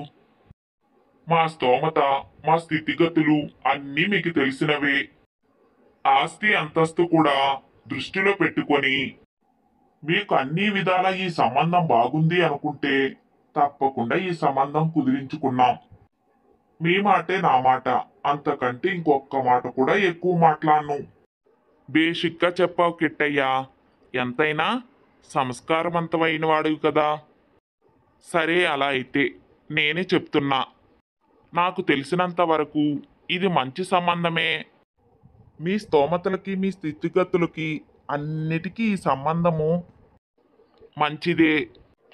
ఆర్థికంగా స్థిరపడిన వాళ్ళే. అబ్బాయినైతే నేను సరిగ్గా చూసింది లేదనుకో, కానీ ఊర్లో ఉన్నంత వరకు వాళ్ళకు మంచి పేరే ఉంది. కోరి వాళ్ళే చేసుకుంటామని వచ్చారు. మనం కూడా ఒప్పుకోదగ్గ సంబంధమే. నాకు తెలిసిన వాళ్ళందరినీ అడిగాను, పర్వాలేదనే చెప్పారు. అబ్బాయి అయితే చదువుకున్నాడు, ఏదో పట్నంలో ఉద్యోగం చేస్తున్నాడట. ముందైతే పెళ్లి చూపులకి పిలుద్దాం. నెమ్మది నెమ్మదిగా విషయాలు అవే తెలుస్తాయి కదా. ఊరి సంబంధం వచ్చినప్పుడు కాదనుకోవడం ఎందుకు? వెన్నెలకైతే త్వరలోనే పెళ్లి చెయ్యాలి అనుకుంటున్నావు కదా. మరి ఇంకేం, చూద్దాం. నీకు ఎప్పటికైనా ఈ పెళ్లి సరికాదు అనిపిస్తే నాతో చెప్పు, మరేం పర్వాలేదు. అది సంగతి. తెలిసిన వారెవరో వెన్నెలకి సంబంధం తీసుకువచ్చారు. ఈ సంగతి ఏమీ తెలియని కేశవ వెన్నెల బయట కూర్చొని చదువుకుంటూ ఉంటే అక్కడే కూర్చొని తనతో ఎలా మాట్లాడాలా అని ఆలోచిస్తూ ఉంటాడు. స్నేహితుడు వస్తే తనతో మాట్లాడుతూ ఉంటాడు. ఒరే కేశవ, అయితే ఇష్టపడుతున్నాను, పెళ్లి చేసుకోవాలనుకుంటున్నాను అని చెప్పేసి. అలా చెప్పలేకపోతే ఇక వదిలేసి నీ దారి నువ్వు చూసుకో. ఇంకా ఎన్ని రోజులురా? మీ అక్కకు పెళ్ళయి సంవత్సరంగా వస్తుంది. అప్పుడు చెప్పు ఇష్టపడ్డాను అని. ఇప్పటిదాకా ఆమెతో చెప్పింది లేదు, మీ ఇంట్లో కానీ మీ అక్కతో కానీ చెప్పింది లేదు. ఇంకా ఎన్ని రోజులని ఇలా ఉండిపోతావు? త్వరగా సంగతి చెప్పి తేల్చుకో. మీ అమ్మ నాన్నకి అసలే ఆరోగ్యం బాగోలేదని చెప్తున్నావు. ఏదో నువ్వు పెళ్లి చేసుకుంటే వాళ్ళకి తృప్తిగా ఉంటుంది కదరా. అరే చెప్పడానికే ఇక్కడికి వచ్చాను. 4 రోజులు ఇక్కడ ఉంటే ఏదో ఒక సందర్భం దొరికిపోతుందా అని. నువ్వు నన్ను కంగారు పెట్టకు. చూడు, బావగారు ఇంట్లోనే ఉన్నారు. ఇంటికి ఎవరో వస్తే మాట్లాడుతూ ఉన్నారు. ఇప్పుడు ఎలా చెప్పు? ఏదో ఒక సమయంలో నా విషయం చెప్పే మా ఊరు వెళ్తాను. అర్థమైందా? ముందు మా అక్క కన్నా చెప్దామనుకుంటే ఎప్పుడు మా అక్క కూడా తన పనిలో తను బిజీగా ఉంటుంది. రవి, నేను వెన్నెలని ప్రేమిస్తున్నానన్న సంగతి ఎప్పటికీ ఎవ్వరికీ చెప్పకు. అర్థమైందా? వీలు చూసుకొని నేనే చెప్తాను. నా సంగతి ఏమో కానీ నువ్వే కొంప ముంచేటట్టు ఉన్నావు. నీతో అనవసరంగా చెప్పాన్రా బాబు. ఇలా స్నేహితుడితో మాట్లాడుతూ ఉన్న కేశవ మాటలు తనకి కాఫీ ఇద్దామని వచ్చిన అక్క ఆ మాటలు విననే వినింది. వైశాలి ఆశ్చర్యపోయింది. లోపల ఏం జరుగుతుందో తనకి తెలుసు. కానీ తమ్ముడు మనసులో ఇటువంటి అభిప్రాయం ఉందని తను ఎప్పుడూ ఊహించలేదు. లోపల ఏం జరుగుతుందో తెలియని తమ్ముడు ఇలా ఆలోచిస్తున్నాడా అని తెలిసేసరికి చాలా భయమేసింది వైశాలికి. భర్త బయటికి వెళ్ళిన సమయం చూసుకొని తమ్ముడి దగ్గరికి వెళ్ళి, తమ్ముడు, ఏంటి వెన్నెల్ని నువ్వు ఇష్టపడుతున్నావా? ఈ సంగతి నువ్వు నాకు చెప్పనే లేదు ఏంరా? ఇందాక ఈ సంగతి నువ్వు రవితో చెప్తుంటే విన్నాను. ఎంత పని చేసావు? ఇందాక ఎవరొచ్చారో తెలుసా? పెళ్లి సంబంధం కోసం మాట్లాడడానికి వచ్చారు. వెన్నెలకు ఒక సంబంధం వచ్చింది. అది కూడా రాఘవయ్య గారు తీసుకువచ్చారు. మీ బావ చాలా వరకు పెళ్లికి ఒప్పుకున్నట్టే. 4 రోజుల్లో పెళ్లి చూపులకు పెళ్లి మాటలకు వాళ్ళు వస్తారు. నువ్వు కనీసం నాతోనైనా ఈ మాట చెప్పాలి కదా. ఏం జరుగుతున్నది అన్నది తర్వాత సంగతి. విషయం తెలియకుండా ఎలాగరా? అయినా మీ బావ కోపిష్టి అని తెలుసు. వెన్నెల్ని ఎలా ఇష్టపడ్డావురా నువ్వు? అసలు ఆయన ఒప్పుకుంటాడో లేదో ఏమీ తెలీదు. అబ్బా, పెద్ద చిక్కు తెచ్చి పెట్టావు కదరా. ఏంటక్క, పెళ్లి సంబంధం కోసం వచ్చారా? ఎవరో పని మీద వచ్చి మాట్లాడుతున్నారు అనుకున్నానక్క. ఎంత పని అయింది? అయినా ఏం తొందరక్క? వెన్నెలకి పెళ్లి చేయడానికి తను చదువుకుంటుంది కదా. ఏందో ఈ బావ. అక్క ప్లీజ్, నువ్వే ఏదోలాగా వెన్నెలకి బావకి చెప్పు. ఎలాగో నీకు కూడా తెలిసింది కదా. నేను వచ్చినప్పటి నుండి నీతో చెప్పాలని ఎప్పటి నుండో ప్రయత్నిస్తున్నాను. కనీసం వెన్నెలతో అన్న చెప్పుకుంటే తన మనసులో ఏముందో తెలుస్తుందనుకుంటే తను అసలు మాటే మాట్లాడదు. ఇంకెలా చెప్పాలో అర్థం కావటం లేదు. ప్లీజ్ అక్క, నువ్వే బావతో చెప్పు. తనంటే నాకు చాలా ఇష్టం. నీ పెళ్లిలో చూసినప్పటి నుండి తను ఎంతగానో ప్రేమిస్తున్నాను. వెన్నెలకి ఈ విషయం చెప్పి చూడక్క. తర్వాత చూద్దాం ఏం జరుగుతుందో. అసలు వెన్నెలకి నేనంటే ఇష్టమో లేదో అదన్నా తెలియాలి కదా. మన ఇంట్లో ఇలాంటివి కుదరవని వెన్నెలకి ఎప్పుడో చెప్పాడు మీ బావగారు. అందుకే అది ఎవరితోనూ మాట్లాడదు, ఎవరిని చూడదు. తన మనసులో ఏముంది అని ఆలోచించే అవకాశమే లేదు. వాళ్ళ అన్నయ్య అంటే చాలా భయం వెన్నెలకి. మనసులో ఏమున్నా సరే మీ బావగారు ఎవరిని చెప్తే వాళ్ళనే పెళ్లి చేసుకుంటుందిరా. నువ్వు తీసుకొని వచ్చి నా మీద పెట్టావా భారాన్ని? ఏమోలే, నేనైతే ప్రయత్నిస్తాను. ఆ తర్వాత దేవుడి దయ. ఆ రోజు వైశాలి ఏదో విధంగా ధైర్యం తీసుకొని తమ్ముడు కోసం భర్తకు సంగతి చెప్తుంది. ఏంటి వైశాలి నువ్వు మాట్లాడుతున్నది? కేశవ వైశాలిని ఇష్టపడుతున్నాడా? అబ్బా, ఈ విషయం ఎన్నాళ్ళు ఎందుకు చెప్పలేదు? నిన్నే కదా రాఘవయ్య గారు ఈ సంబంధం తీసుకువచ్చారు. ఆ అబ్బాయి చాలా బుద్ధిమంతుడని, పట్నంలో ఉద్యోగం చేస్తున్నాడని అన్నీ నువ్వు కూడా విన్నావు కదా. ఆయనకు మాట కూడా ఇచ్చేశాను. 2 రోజుల్లో వాళ్ళు కూడా పెళ్లి మాటలకి పెళ్లి చూపులకి వస్తున్నారు. కబురు కూడా పెట్టేశాం వైశాలి. ఈ పరిస్థితిలో మనం వెనక్కు కూడా తగ్గలేం. అయినా మన ఆర్థిక పరిస్థితికి వాళ్ళే సరైన వాళ్ళు. మీ తమ్ముడి దగ్గర ఏముంది చెప్పు? ఆ పొలం తప్ప ఇంకేమీ లేదు. చదువా పెద్దగా చదువుకోను లేదు. నేను తక్కువ చేయడం లేదు, కాకపోతే పెళ్ళన్నాక ఇవన్నీ చూస్తాం కదా. నువ్వంటే వేరు, కానీ ఆడపిల్ల ఇచ్చే చోటుకి ఆస్తి అంతస్తు ఉండే చోటు అన్నీ చూడవలసిందే. నీకేం తెలియంది కాదు. పోనీ ఈ విషయం నాకు కొంచెం ముందు తెలిసినా దీని గురించి ఆలోచించేవాణ్ణేమో. ఇప్పుడు నేను వెనక్కి రాలేను. రాఘవయ్య గారి దగ్గర నాకు మాట పోతుంది. వెన్నెల ఎవరిని ఇష్టపడదనే నమ్మకంతోనే నేను ఈ నిర్ణయానికి సిద్ధపడ్డాను. కానీ ఈ విధంగా సమస్య వస్తుందని నేను అసలు ఊహించనే లేదు. కేశవకి ఏదోలాగా నచ్చచెప్పు. ఈ సంబంధం చాలా వరకు ఖాయమైనట్టే. వెన్నెలపై ఈ ఆలోచనని మార్చుకోమని చెప్పు.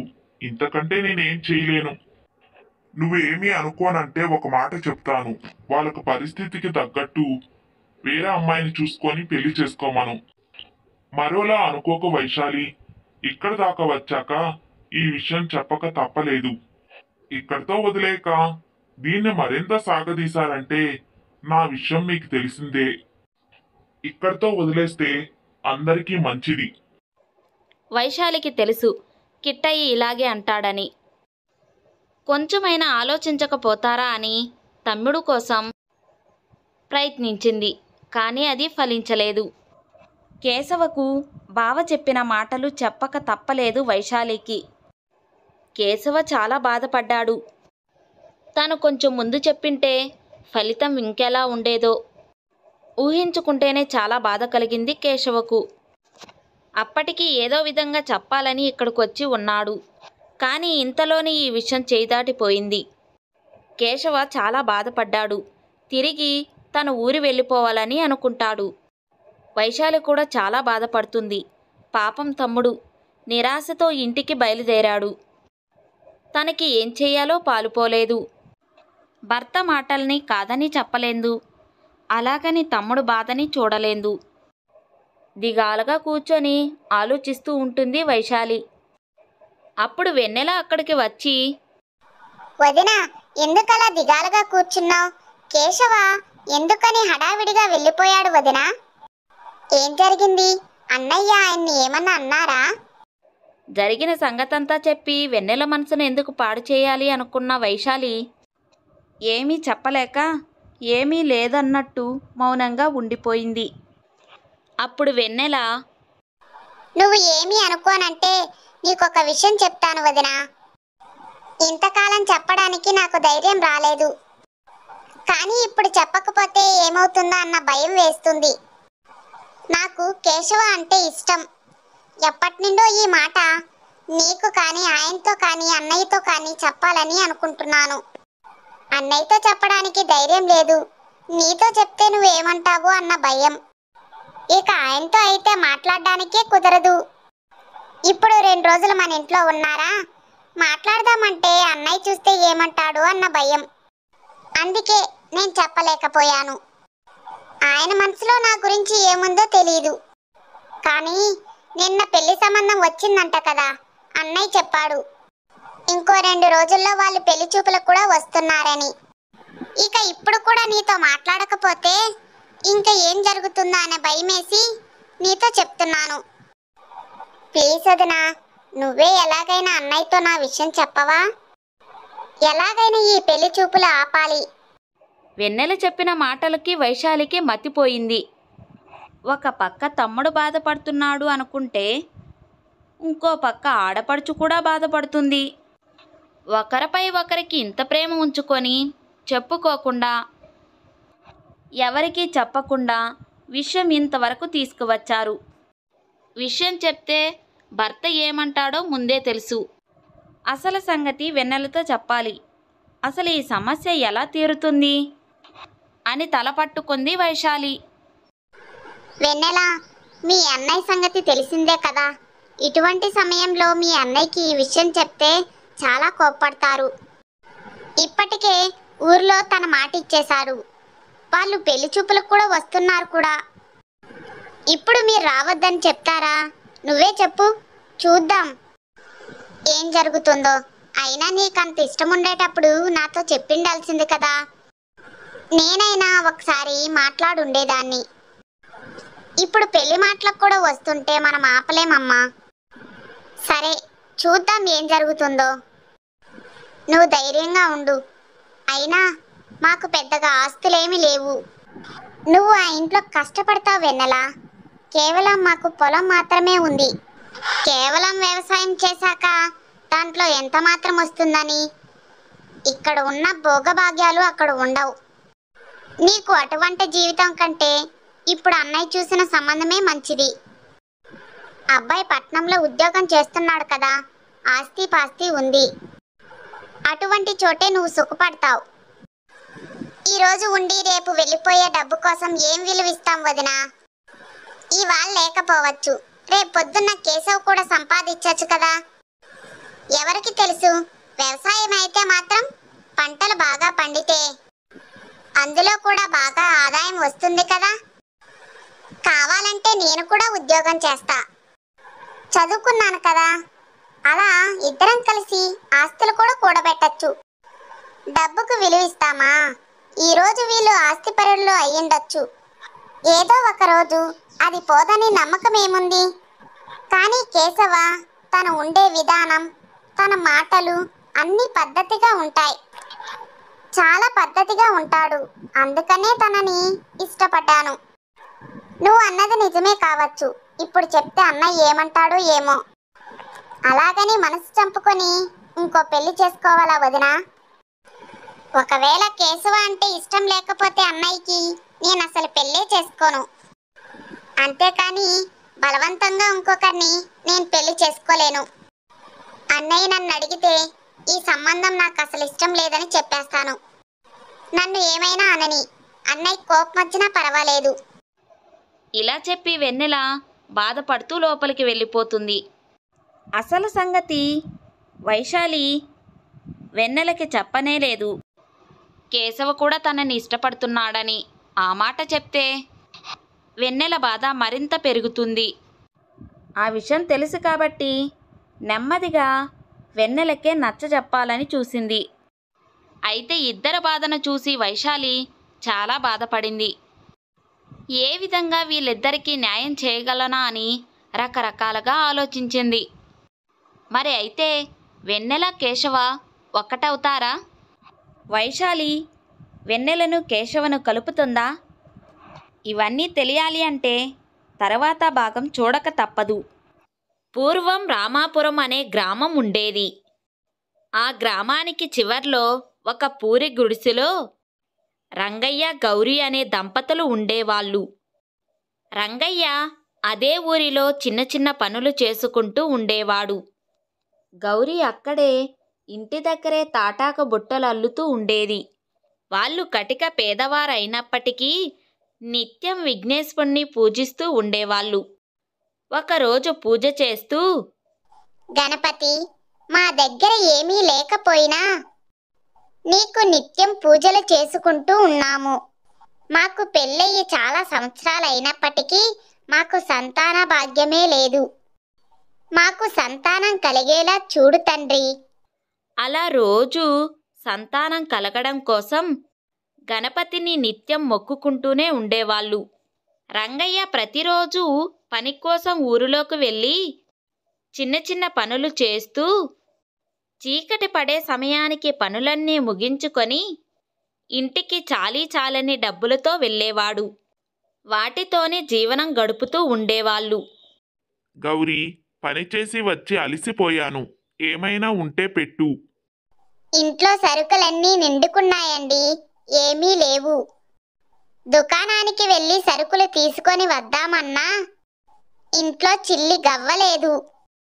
పోనీ నేను తయారు చేసిన బుట్టలు అమ్మితేనైనా డబ్బులు వస్తాయి అనుకున్నాను. కానీ ఎవ్వరూ కొనడానికే రాలేదు.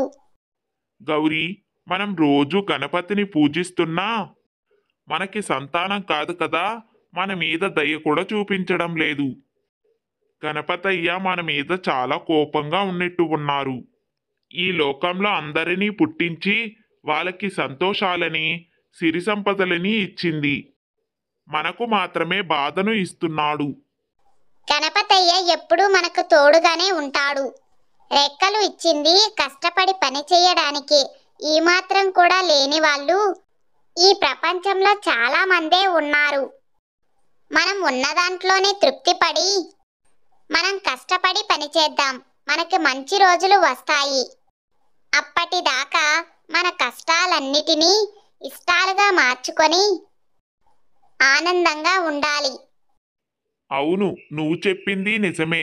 వచ్చే మంచి రోజుల కోసం ఎదురు చూడడమే తప్ప ఇంకా మనం ఏం చేయగలం? సరే అయితే, నేను తెచ్చిన డబ్బులని తీసుకొని వెళ్ళి దుకాణానికి వెళ్ళి సరుకులు తీసుకొని వస్తాను. అని రంగయ్య దుకాణానికి వెళ్ళి ఆ వచ్చిన డబ్బులతో సరుకులు తీసుకొని ఇంటికి వస్తాడు. గౌరీ తెచ్చిండే సరుకులతో వంట చేసి రంగయ్యకి పెడుతుంది. అలా రోజులు గడుస్తూ ఉంటాయి. ఒకరోజు రంగయ్య పని వెతుక్కోవడానికి ఊర్లోకి వెళ్తాడు. అలా సాయంత్రం వరకు ఊరిలో తిరుగుతూనే ఉంటాడు. కానీ ఏ ఒక్కరూ పని ఇవ్వకపోయేసరికి తిరిగి ఇంటికి వెళదామని ప్రయాణం అవుతాడు. ఇంతలో వర్షం రావడంతో అక్కడే ఇంటి దగ్గర అరుగు మీద నిలుచొని తనలో తాను ఇలా అనుకుంటాడు. గణపతి స్వామి, ఏం జన్మ స్వామి! పొద్దున్ననగా వచ్చి ఊరంతా తిరుగుతూ ఉన్నాను. ఇంతవరకు ఎవ్వరూ పని ఇచ్చిందే లేదు. ఇప్పుడు చూస్తే ఇంత వర్షం వస్తుంది. ఇక ఈరోజు పని దొరకదు. ఇంకా ఇక్కడ ఉండి ఉపయోగం లేదు. ఇక ఇంటికి వెళ్ళిపోతాను. అలా బాధపడుతూ ఇంటికి వెళ్ళిపోతాడు. ఇంటికి వచ్చిన రంగయ్యతో గౌరీ ఇలా అంటుంది. ఏవండి, వినాయక చవితి వస్తుంది. మనం ఇంకొంచెం కష్టపడి పని చేస్తే మనకి కొంచెం డబ్బులు వస్తుంది. వాటితో మనం వినాయక చవితి చేసుకోవచ్చు. ఏమంటారు? ఏమి వినాయక చవితో ఏమిటో, మన దగ్గర చూస్తే రూపాయి కూడా లేదు. ఈ రోజు పొద్దుటి నుండి సాయంత్రం వరకు కాళ్ళు అరిగేటట్టు తిరుగుతూ ఉన్నాను. కానీ ఏ ఒక్కరూ పని గురించి పిలిచిందే లేదు. ఇక రోజు ఇలాగే ఉంటే పూజకి పువ్వులు కొనడానికి కూడా మన దగ్గర డబ్బులు ఉండవు. అయినా నువ్వు వచ్చే వినాయక చవితి గురించే ఆలోచిస్తున్నావు. నేను రేపు మనకి ఎలా గడుస్తుందా అని ఆలోచిస్తున్నాను. నువ్వేమీ వినాయక చవితి గురించి ఆశలేమీ పెట్టుకోకు అని రంగయ్య అనిన వెంటనే గౌరీ బాధపడుతూ, తండ్రి, ఈయన చూస్తే ఇలా అంటున్నారు. అయినా ఆయననింది నిజమే. రేపు ఎలా గడుస్తుందో అన్నదే మాకు ఒక చిక్కు ప్రశ్నలా మిగిలింది. కానీ ఎన్ని బాధలు ఎన్ని కష్టాలు వచ్చినా నిన్ను కొలుస్తూనే ఉన్నాము. ఈసారి వినాయక చవితి నువ్వే జరిపించుకోవాలి తండ్రి అని బాధపడుతూ గణపతికి దండం పెట్టుకుంటూ ఉంటుంది. మరుసటి రోజు ఉదయాన్నే రంగయ్య పని ఉంటుందో లేదో అని ఆలోచిస్తూ ఊర్లోకి వెళ్తాడు. అలా వెళుతున్న రంగయ్యకు దారిలో ఒక వ్యక్తి కనిపిస్తాడు. రంగయ్య అతని దగ్గరికి వెళ్ళి, అయ్యా, ఏమైంది? ఎవరి కోసమైనా ఎదురు చూస్తున్నారా? నేను పట్నం నుండి సరుకులు తీసుకొని వస్తున్నాను. నిన్న వర్షం కారణంగా ఈ ఎద్దుల బండి చక్రం మట్టిలో కూరుకుపోయింది. నా దుకాణం ఇక్కడే దగ్గరలోనే ఉంది. నాకు ఎవరైనా సహాయం చేస్తారేమో అని ఇక్కడ వేచి చూస్తున్నాను. సహాయమే కదండి, నేను చేస్తాను. మీరు దుకాణం వైపుకి దారి చెప్పండి. నేను వీటిని మీ దుకాణం దగ్గరికి చేరుస్తాను. అలా కొంతసేపటికి రంగయ్య ఆ సరుకులన్నిటినీ దుకాణం వద్దకు చేరుస్తాడు. కూలీ ఎంతయింది? అయ్యా, మీరు సహాయం చేయమని అడిగారు. సహాయానికి కూలీ ఉండదు. నువ్వు చాలా మంచివాడిలా ఉన్నావు. నీ పేరేమిటి? నువ్వు ఏం పని చేస్తావు? అయ్యా, నా పేరు రంగయ్య. ఈ ఊరిలోని చిన్న చిన్న కూలి పనులు చేస్తూ ఉంటాను. కానీ గత 2-3 రోజులుగా నాకు ఏ పని దొరక్క బాధపడుతున్నాను. సరే అయితే, ఇంక నువ్వు బాధపడాల్సిన అవసరం లేదు. నా దుకాణంలోని ఏదో ఒక పని ఇస్తాను. రేపటి నుండి పనిలోకి వచ్చేయండి. సంతోషమయ్యా, మీరు నాకు చేసిన మేలు నేను జీవితంలో మర్చిపోలేను అని సంతోషపడుతూ ఇంటికి వెళుతూ ఉంటాడు. ఇంతలో ఇంటి దగ్గర ఉన్న గౌరీ దగ్గరకి ఇద్దరు దంపతులు వచ్చి, మా అమ్మాయి పెళ్ళుంది, ఆ పెళ్లికి కొన్ని బుట్టలు కావాలి. 2-3 రోజుల్లో వచ్చి ఆ బుట్టలని తీసుకొని వెళ్తాను. సరే అమ్మగారు, మీకు కావలసిన బుట్టలన్నీ 2-3 రోజుల్లో తయారు చేసి పెడతాను. అలా చీకటి పడుతుంది. రంగయ్య ఇంటికి చేరుకొని గౌరీకి జరిగిందంతా చెప్తాడు. అలాగే గౌరీ బుట్టలు కొనుక్కోవడానికి వచ్చిన సంగతి చెప్తుంది. చెప్పాను కదండి, మనకి మంచి రోజులు వస్తాయని. మనకి మంచి రోజులు వచ్చాయి. ఆ గణపతి స్వామి మనకి మంచి దారి చూపించాడు. ఇక వినాయక చవితి చేసుకోవడానికి మనకి ఎటువంటి ఇబ్బంది ఉండదు. ఇక మనం సంతోషంగా వినాయక చవితి చేసుకోవచ్చు. అవును, నువ్వు అన్నది అక్షరాల సత్యం. ఆ వినాయకుడే మనకి దారి చూపించాడు. అలా మరుసటి రోజు ఉదయాన్నే రంగయ్య పని కోసం దుకాణం దగ్గరికి వెళతాడు. అలాగే గౌరీ బుట్టలు అల్లడం ప్రారంభిస్తుంది. అలా కొన్ని రోజులకి వినాయక చవితి రానే వస్తుంది. ఆ రోజు రంగయ్య గౌరీ గణపతికి పూజ చేసుకొని వినాయక చవితి సంతోషంగా జరుపుకుంటారు. ఆ రోజుటి నుండి వాళ్ళు ఎంతో కష్టపడుతూ వాళ్లకు ఉన్న దాంట్లోనే ఎవరికో ఒకరికి సహాయపడుతూ తమ జీవితాల్ని సంతోషంగా గడుపుతారు. అనగనగా ఒక ఊరిలో టమోటా, ఐస్ క్రీం, ఉల్లిపాయ, ఉప్పు, పచ్చిమిర్చి అనే 5 మంచి స్నేహితులు ఉన్నారు. ఆ 5 స్నేహితులు పక్కూర్లో జాతరకి వెళ్ళాలని అనుకుంటారు. ఆ 5 మాట్లాడుకొని మరుసటి రోజు తెల్లవారుజామున రోడ్డుపై వెళ్తూ ఉంటారు. ఒకతను అటువైపు నుండి నడుచుకుంటూ వస్తూ చూసుకోకుండా టమాటా పైన కాలు వేస్తాడు. టమోటా అక్కడికక్కడికే నుజ్జు నుజ్జు అయిపోతుంది. అప్పుడు నలుగురు టమాటా చనిపోయిందని ఏడ్చుకుంటూ రోడ్డు మీద వెళుతూ ఉంటారు. అదే సమయంలో ఐస్ క్రీం కావాలని ఒక బాబు ఏడుస్తూ ఉంటాడు. అక్కడ ఐస్ క్రీం నడవడం చూసి ఐస్ క్రీం తీసుకొని తినేస్తాడు. ఐస్ క్రీం చనిపోయిందని ముగ్గురు ఏడ్చుకుంటూ వెళుతూ ఉంటారు. పక్కూరికి వెళ్ళాలంటే వాగు దాటాల్సి వస్తుంది. ఆ ముగ్గురు వాగును దాటుతూ ఉండగా ఉప్పు కరిగిపోతుంది. ఇక చేసేదేమీ లేక పచ్చిమిర్చి, ఉల్లిపాయ ఏడ్చుకుంటూ వెళుతూ ఉంటారు. అప్పుడే సాయంత్రం కావడంతో బజ్జీలు కొట్టువాడు బజ్జీలు వేయడానికి పచ్చిమిర్చి లేదని బాధపడుతూ రోడ్డు వైపు చూస్తాడు. అప్పుడే వాగు దాటి వచ్చిన పచ్చిమిర్చి ఫ్రెష్గా కనబడడంతో బజ్జీలు కొట్టువాడు పచ్చిమిర్చిని చూసి బజ్జీ వేసేస్తాడు. అది చూసి ఉల్లిపాయ ఏడ్చుకుంటూ పక్కూరు జాతరకి వెళుతుంది. అమ్మా, నేను నా స్నేహితులు 5 మంది నీ జాతరకి రావాలని బయలుదేరాము. రోడ్డుపై నడుస్తూ ఉండగా ఒక అతను వచ్చి టమేటాని తొక్కేశాడు. టమోటా అక్కడక్కడే నుజ్జు అయిపోయింది. టమేటా చనిపోయిందని నేను, ఉప్పు, ఐస్ క్రీం, పచ్చిమిర్చి ఏడ్చాము. దాని తర్వాత నడుచుకుంటూ వస్తూ ఉంటే ఒక పిల్లవాడు ఐస్ క్రీం పట్టుకొని తినేశాడు. ఐస్ క్రీం కూడా చనిపోతే నేను, ఉప్పు, పచ్చిమిర్చి ఏడ్చాము. ఈ ఊరి జాతరకి రావాలంటే వాగు దాటాల్సి వస్తుంది. ఆ వాగును దాటుకొని వస్తూ ఉండగా అక్కడే ఉప్పు కరిగిపోతుంది. ఉప్పు కరిగిపోయిందని పచ్చిమిర్చి నేను ఏడ్చాను. మరలా నడుచుకుంటూ వస్తూ ఉండగా బజ్జీలు కొట్టువాడు బజ్జీలకి పచ్చిమిర్చి లేదని పచ్చిమిర్చిని తీసుకొని బజ్జీలు వేసేశాడు.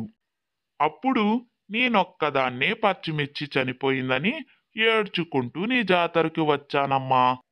మరి నేను చనిపోతే ఎవరు ఏడుస్తారు తల్లి అని వెక్కి ఏడుస్తూ ఉంటుంది.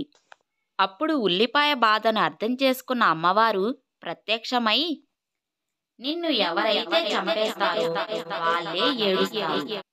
ఇది నీకు నేనిచ్చే వరం అని చెప్పి మాయమైపోతుంది. అది విన్న ఉల్లిపాయ సంతోషంగా జాతరంతా చూసి ఇంటికి వెళ్ళిపోతుంది.